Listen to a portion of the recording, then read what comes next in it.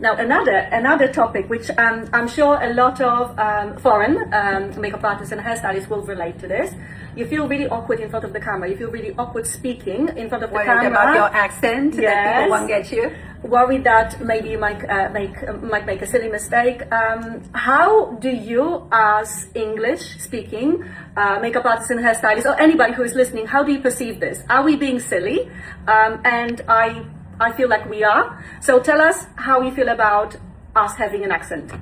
I will tell you how I feel.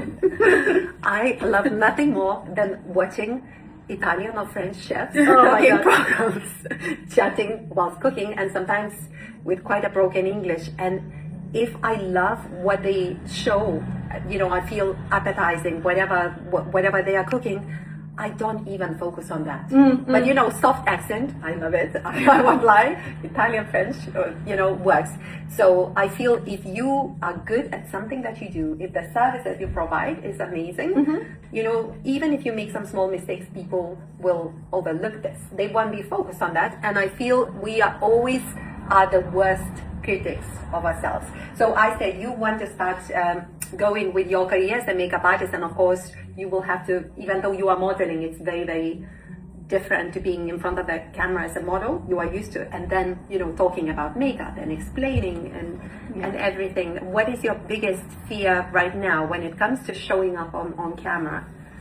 So the accent and the mistakes, like simple mistakes in the sentence that people gonna laugh or gonna say, oh, she's not capable to speak in English. Yet you said this so perfectly. I think that's the worst. That's what I scare the most, I think. Yeah. Anything else besides language, accent, like being in front of the camera, showing up on reels, maybe stories, talking about it? What is the real fear? Like, because you do really amazing work considering how new you are in the industry, but I can see the lack of Insta presence. That's why your work is slowing down. You have bookings, but you could have more bookings. Yeah, so I should be more on the stories, show myself more speaking, showing the knowledge as well, what I know already about techniques and the makeup. But starting very, very small and maybe safe. Maybe you don't even need to start with talking initially. You can just film a little demo, like I've done many times on you. Like, this blush or that, this lipstick or that. And you can always, if you really want to speak, you can always do a voiceover afterwards. Yeah. And that's easier. I feel that we were just talking that, Kasia, you said, how were you before? Or like at the very beginning. So Christina was asking, well, I wasn't always great at public speaking. No, she always was. She always was very eloquent. And I feel Christina is one of those rare people that can pick any subject and just start talking about it very naturally. And she will make it sound entertaining. Whereas for me, I feel it is a learnable skill, and I still struggle. I feel I still struggle. See, now I'm getting nervous.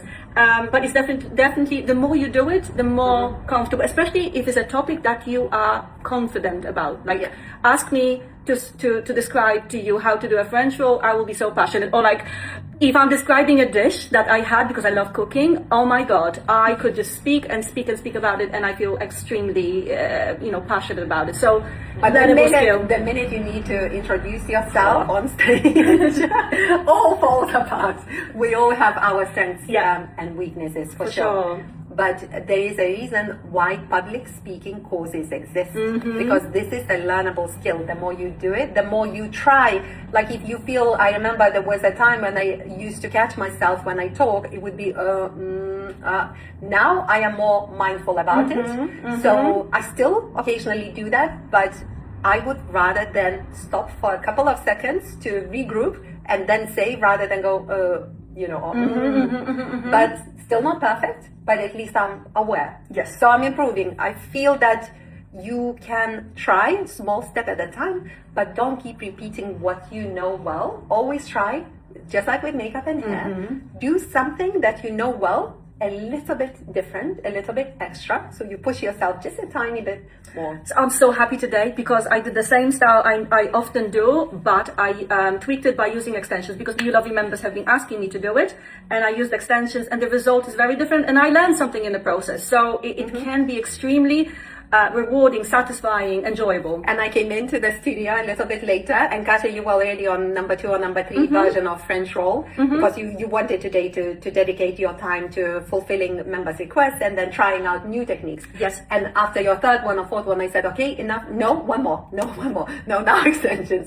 And you kept going and you kept going whilst your lunch was getting cold. So, and this is it. This is what it takes. You get in a flow. We always talk about Yes. it. You get in a flow with any artistic job where you almost like you would not eat, you would not drink, you're happy to go, keep going. I'm sure the model is hungry, but you just keep going. So like when you get to that